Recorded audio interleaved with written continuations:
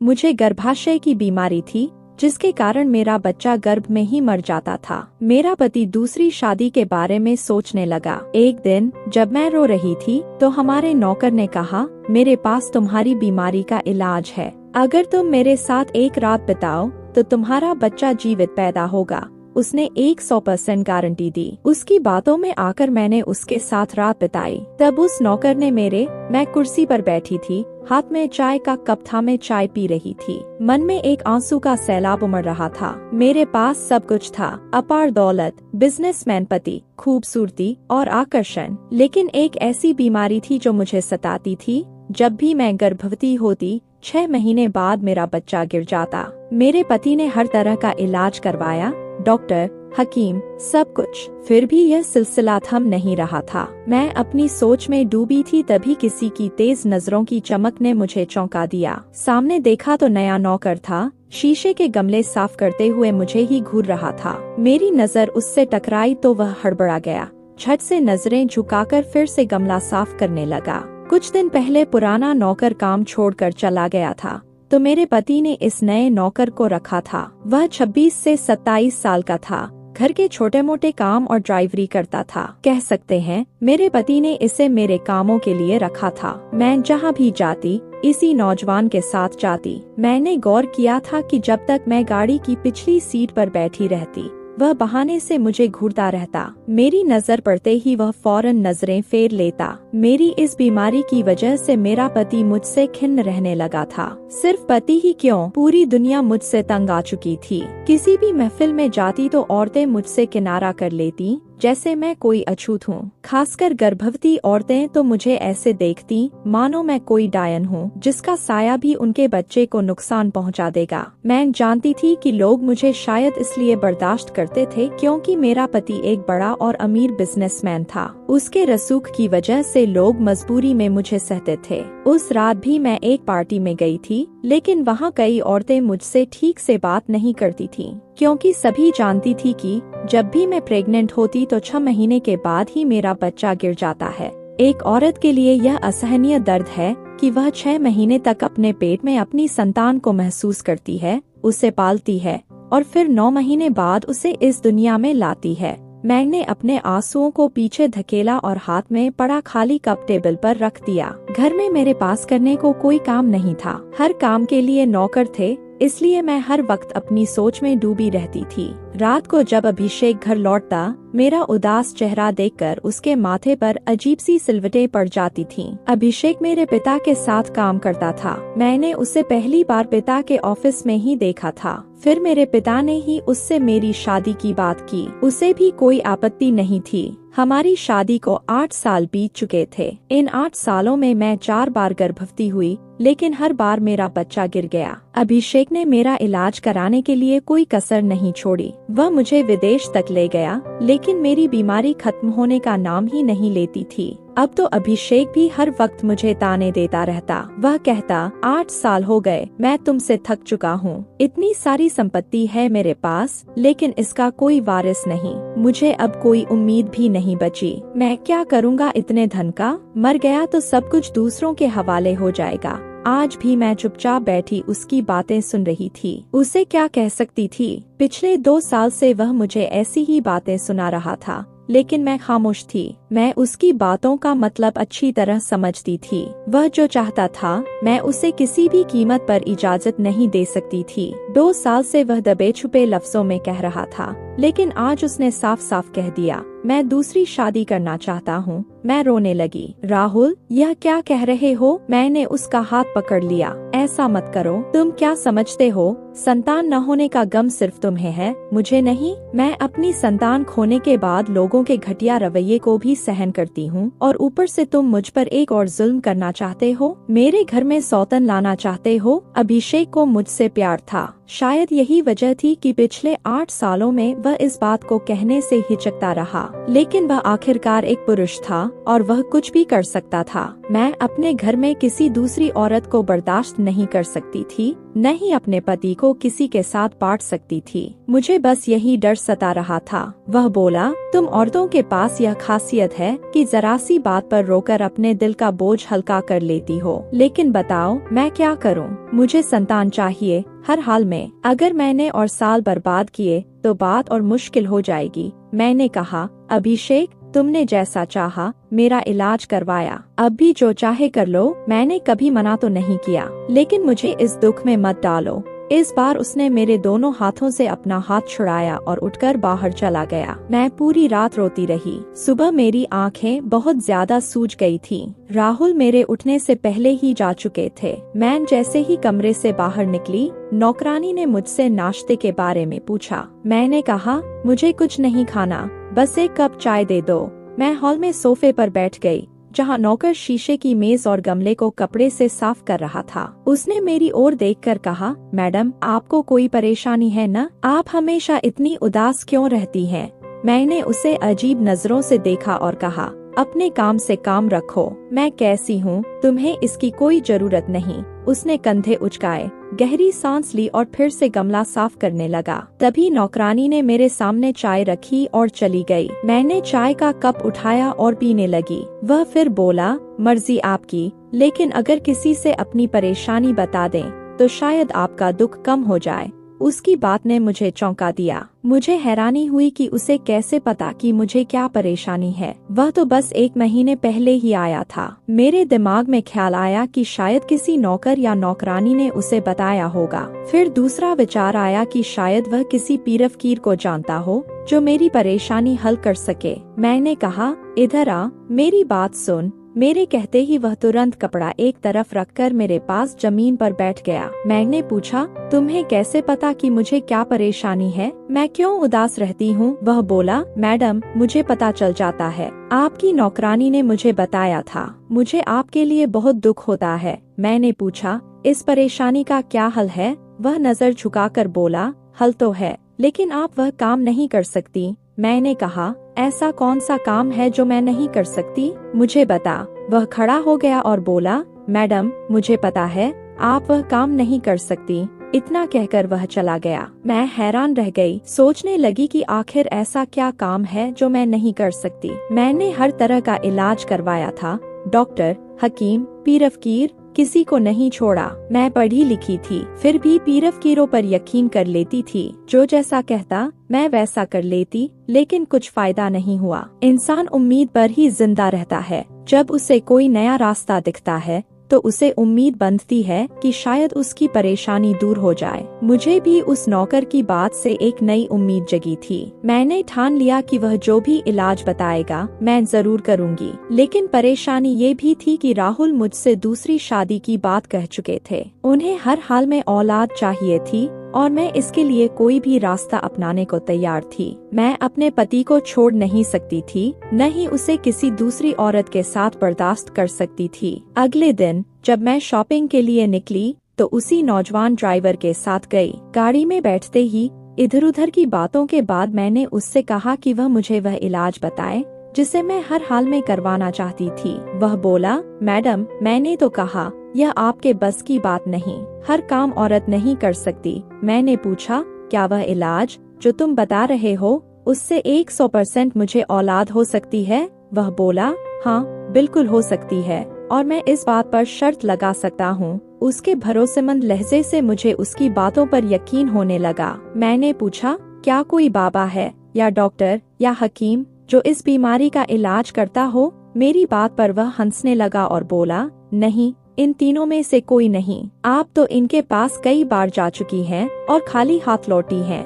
मैं हैरान थी। मैंने सोचा, इलाज तो यही 3 तरह के लोग करते हैं, फिर यह क्या छिपा रहा है? मैंने बार बार पूछा, बताओ वह कौन सा इलाज है, लेकिन वह टालता रहा। जितना मैं जिद करती उतना वह बताने से कतराता। अब मैं दिन रात बस यही सोचती कि वह मुझे इलाज के बारे में बताए ताकि मेरा घर टूटने से बच जाए। इधर मैंने गौर किया कि मेरा पति अभिषेक मुझसे बिल्कुल बात नहीं करता था। ऑफिस से आता तो लैपटॉप लेकर बैठ जाता, फिर मोबाइल पर दोस्तों से बात करता या चैट में व्यस्त रहता। अगर मैं कोई बात शुरू करती तो वह मुंह बनाकर कमरे से निकल जाता। लेकिन जो मैंने बाद में देखा उसने मेरे पैरों तले की जमीन खींच ली। उस दिन मैं उसी ड्राइवर के साथ एक शॉपिंग मॉल गई थी। वहाँ मैंने राहुल को एक खूबसूरत लड़की के साथ देखा। वह उस लड़की को शॉपिंग करवा रहा था। यह देखकर मेरे होश उड़ गए। वह लड़की अभिषेक की सेक्रेटरी थी। ड्राइवर मेरे चेहरे की उड़ी रंगत देख रहा था। अभिषेक और वह लड़की मेरे सामने कुछ कदम की दूरी पर एक दुकान में हंसते बातें करते खड़े थे। वह लड़की कपड़े चुन रही थी और अभिषेक से पूछ रही थी कि कौन से कपड़े ले। मुझे लगा जैसे मैं खड़ी खड़ी पागल हो गई हूँ। मेरे अंदर से कुछ छिन गया हो, कुछ टूट गया हो। वह मेरा पति था जिससे मैंने बेहद मोहब्बत की थी और मैं उसे किसी दूसरी लड़की के साथ बर्दाश्त नहीं कर सकती थी। मुझे याद है जब मेरी शादी हुई थी तब शादी से पहले अभिषेक की यही पर्सनल सेक्रेटरी थी, लेकिन मैंने आते ही इस लड़की की छुट्टी करवा दी थी। मैंने अभिषेक से कहा था, तुम अपनी सेक्रेटरी किसी पुरुष को रखो, मैं तुम्हारे साथ किसी भी औरत को बर्दाश्त नहीं करूँगी। उस वक्त अभिषेक ने मेरी बात मान ली थी, लेकिन आज जब मैंने उसे इस लड़की के साथ देखा मेरे होश उड़ गए। मेरे दिल में अजीब अजीब ख्याल आने लगे। मैंने अपने शॉपिंग बैग वहीं पटक दिए और तेज कदमों से चलते हुए अभिषेक और उस लड़की के सामने जा खड़ी हुई। मुझे देखकर दोनों चौंक गए। मैंने गुस्से भरे लहजे में कहा, अभिषेक ये कौन है? मेरा गुस्सा साफ छलक रहा था। अभिषेक ने कहा, तुम अभी घर जाओ, मैं घर आकर बात करूँगा। मैंने तीखे स्वर में जवाब दिया, नहीं, मुझे अभी बताओ ये कौन है? तुम मेरे पति हो और तुम किसी दूसरी लड़की के साथ बाजारों में घूम सकते हो। मेरे लिए तो तुम्हारे पास वक्त नहीं होता। जब भी मैं तुम्हें शॉपिंग के लिए कहती हूँ तुम कहते हो कि तुम बिजी हो, लेकिन इसके साथ घूमने के लिए तुम्हें वक्त मिल जाता है। मेरा गुस्सा 7वें आसमान पर था। मेरा लहजा तेज होता जा रहा था। आसपास के लोग हमें देखने लगे। अभिषेक ने जब चारों ओर नजर दौड़ाई तो उसने मुझे गुस्से से घूरते हुए कहा, बाजार में तमाशा मत करो, घर जाओ। मैंने कहा, क्यों जाऊं मैं घर? ये कौन है तुम्हारे साथ? फिर मैंने उस लड़की की ओर मुड़कर गुस्से में कहा, निकलो यहाँ से। अगर दोबारा तुम अभिषेक के साथ दिखी तो मैं तुम्हारा गला दबाकर तुम्हें जान से मार दूंगी। मुझे न तो अपने गुस्से की परवाह थी, न ही इस बात का ध्यान था कि मैं ऐसी जगह पर खड़ी हूँ जहाँ लोग मुझे देख रहे हैं। मुझे बस ये बर्दाश्त नहीं हो रहा था कि वो लड़की अभिषेक के साथ खड़ी थी। मेरी बात सुनकर वो लड़की तुरंत वहाँ से चली गई। इसके बाद अभिषेक ने मेरी बाह पकड़ी और मुझे मॉल से बाहर ले आया। एक नौजवान लड़का भी हमारे पीछे पीछे आ रहा था। अभिषेक ने मुझे गाड़ी का पिछला दरवाजा खोलकर अंदर धकेल दिया और खुद मेरे बगल में बैठ गया। उसने उस लड़के से कहा, गाड़ी चलाओ। वह चुपचाप गाड़ी चलाने लगा। मैं रोने लगी। मैंने कहा, अभिषेक, मैं तुम्हें किसी कीमत पर दूसरी शादी नहीं करने दूंगी। अभिषेक मुझे गुस्से भरी नजरों से देखते हुए बोला, तुमने पहले ही मॉल में बहुत तमाशा कर दिया है। अब गाड़ी में चुपचाप बैठो, वरना ऐसा न हो कि मेरा हाथ तुम पर उठ जाए। अभिषेक ने कहा कि गाड़ी को अचानक इतनी जोर से ब्रेक मारी गई थी कि झटके से हम दोनों आगे की ओर झुक गए। राहुल ने ड्राइवर से गुस्से में कहा, क्या तुम पागल हो गए हो? गाड़ी क्यों रोकी? ड्राइवर ने पीछे मुड़कर देखा और बोला, साहब, औरतों से ऐसे बात नहीं करते। मैडम परेशान है, आप उन्हें आराम से भी समझा सकते हैं। मैं हैरान थी कि उसने राहुल से ऐसा क्यों कहा। यह मेरा और राहुल का निजी मामला था। वह कौन था हमें कुछ सिखाने वाला? अभिषेक भी गुस्से में था। पहले ही मुझसे नाराज था और अब उसने ड्राइवर पर चिल्लाते हुए कहा, अपनी औकात में रहो। तुम मुझे सिखाओगे कि मुझे अपनी बीवी से कैसे बात करनी है? अपना काम करो और गाड़ी चलाओ। ड्राइवर भी गुस्से में आ गया और उसने गाड़ी को तेज रफ्तार से चलाना शुरू कर दिया। जैसे ही हम बंगले में पहुँचे, अभिषेक मुझे कमरे में ले गए और गुस्से से बोले, तुम चाहती क्या हो? अगर तुम यूं तमाशा करती रही तो मैं सचमुच शादी करके किसी और लड़की को यहाँ ले आऊंगा। मैंने गुस्से में जवाब दिया, यह मत भूलो कि जिस जायदाद पर तुम इतना इतराते हो वह मेरी है।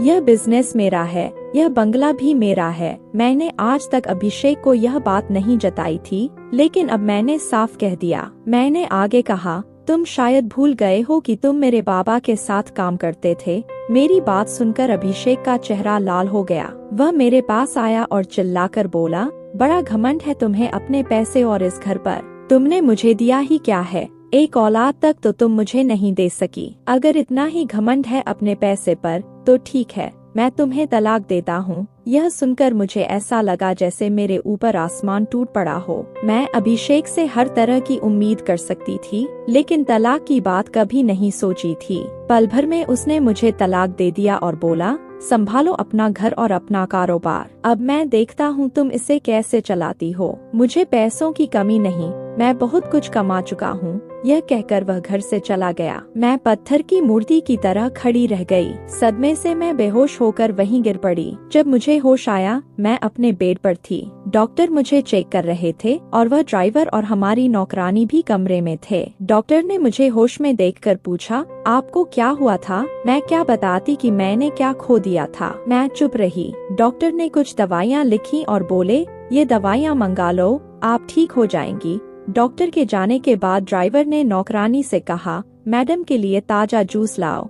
नौकरानी कमरे से चली गई। वह ड्राइवर मेरे पास आया और बोला, मुझे पता है आप बहुत बड़े सदमे से गुजर रही हैं। मैंने हैरानी से उसकी ओर देखा। वह यह सब कैसे जानता था? अभिषेक और मेरी सारी बातें तो कमरे में हुई थीं। मैंने टूटे स्वर में पूछा, तुम्हें यह सब कैसे पता? उसने कहा, मुझे आपकी फिक्र थी, इसलिए मैं चुपके से कमरे के पास आ गया था। साहब गुस्से में थे और मुझे डर था कि कहीं वह आप पर हाथ न उठा दें, इसीलिए मैंने आप दोनों की बातें सुन ली। मैं रोने लगी और बोली, अगर मेरी औलाद होती तो अभिषेक मुझे कभी न छोड़ता। उसने कहा, अगर आप इलाज करवाएं तो आपको औलाद हो सकती है। मैंने जवाब दिया, अब मैं क्या करूं? कैसे इलाज करवाऊं और किसके लिए? अभिषेक ने तो मुझे तलाक दे दिया। वह बोला, आप मुझसे शादी कर लें, आपके हर सवाल का जवाब मिल जाएगा और औलाद भी।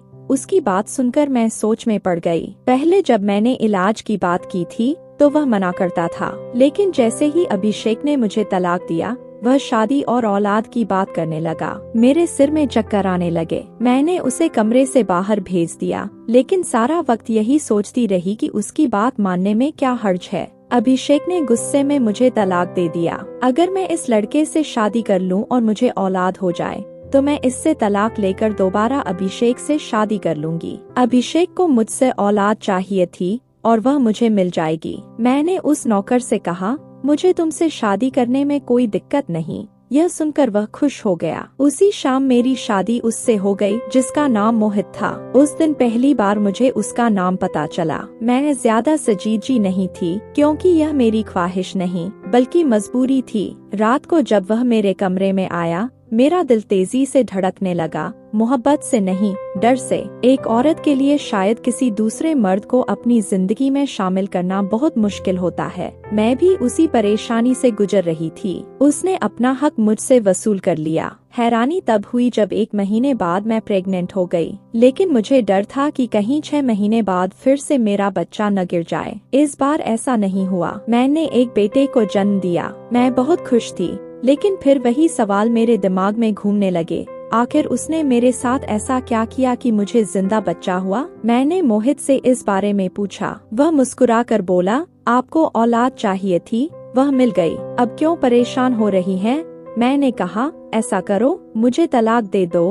मैंने उससे कहा, मैं तुम्हारे साथ नहीं रहना चाहती। यह सुनकर उसने गुस्से भरी नजरों से मुझे देखा। मैंने आगे कहा, मैं अभिषेक से प्यार करती हूँ। तुमसे मैंने सिर्फ औलाद के लिए शादी की थी। मैं जानना चाहती थी कि क्या तुमसे शादी करने से मुझे संतान हो सकती है? क्या मैं माँ बन सकती हूँ? और अब मैं माँ बन चुकी हूँ। मैं तुम्हारे साथ नहीं रहना चाहती। वह गुस्से में बोला, जिस धोखेबाज के साथ तुम रह रही थी, वह खुद तुमसे औलाद नहीं चाहता था। हर 6 महीने बाद वह तुम्हें ऐसी दवा देता था जिससे तुम्हारा बच्चा नष्ट हो जाए। यह सुनकर मैं हैरान होकर उसे देखने लगी। मैंने कहा, तुम झूठ बोल रहे हो। वह बोला, मैं सच कह रहा हूँ। तुम्हारे पति ने तुमसे सिर्फ पैसे के लालच में शादी की थी। उसके पास कोई जरिया नहीं था और वह एक कामयाब बिजनेसमैन बनना चाहता था, लेकिन वह तुमसे मोहब्बत नहीं करता था। मोहब्बत तो वह उस लड़की से करता था जिसे तुमने मॉल में उसके साथ देखा था। तुम्हारे पति ने तुम्हारे पैसे का इस्तेमाल किया और उससे काफी दौलत इकट्ठी कर ली। न उसे तुमसे औलाद चाहिए थी, न ही तुम्हारा साथ। यह कहकर उसने मुझे एक फोन थमाया जिसमें एक वीडियो थी। वीडियो में अभिषेक उस लड़की से फोन पर बात कर रहा था। वह कह रहा था, प्लान कामयाब हो गया। अब मेरे पास इतनी दौलत है कि मुझे न तो उसकी जरूरत है नहीं उसके किसी एहसान की। मोहित बोला, यह सब मैंने तब सुना था जब मैंने यहाँ नौकरी शुरू की थी, इसलिए मुझे तुमसे हमदर्दी होने लगी थी। कब यह हमदर्दी प्यार में बदल गई मुझे खुद नहीं पता। तुम बिल्कुल ठीक हो, तुम्हारा पति ही तुम्हारे साथ वफादार नहीं था। क्या तुम अभी भी ऐसे इंसान के साथ रहना चाहती हो? यह कहकर मोहित कमरे से बाहर चला गया। समय के साथ मुझे भी मोहित से प्यार हो गया। अब मैं उसी के साथ रहने लगी। ऐसे इंसान के साथ रहने का क्या फायदा जो तुम्हारे साथ जबरदस्ती करे, जो तुम्हारे साथ रहना ही न चाहता हो। दोस्तों, अगर आपको यह कहानी पसंद आई तो वीडियो को लाइक करें, सुहानी रात की कहानियाँ चैनल को सब्सक्राइब करें और बेल आइकन को ऑल पर सेट करें ताकि आपको नई कहानियों की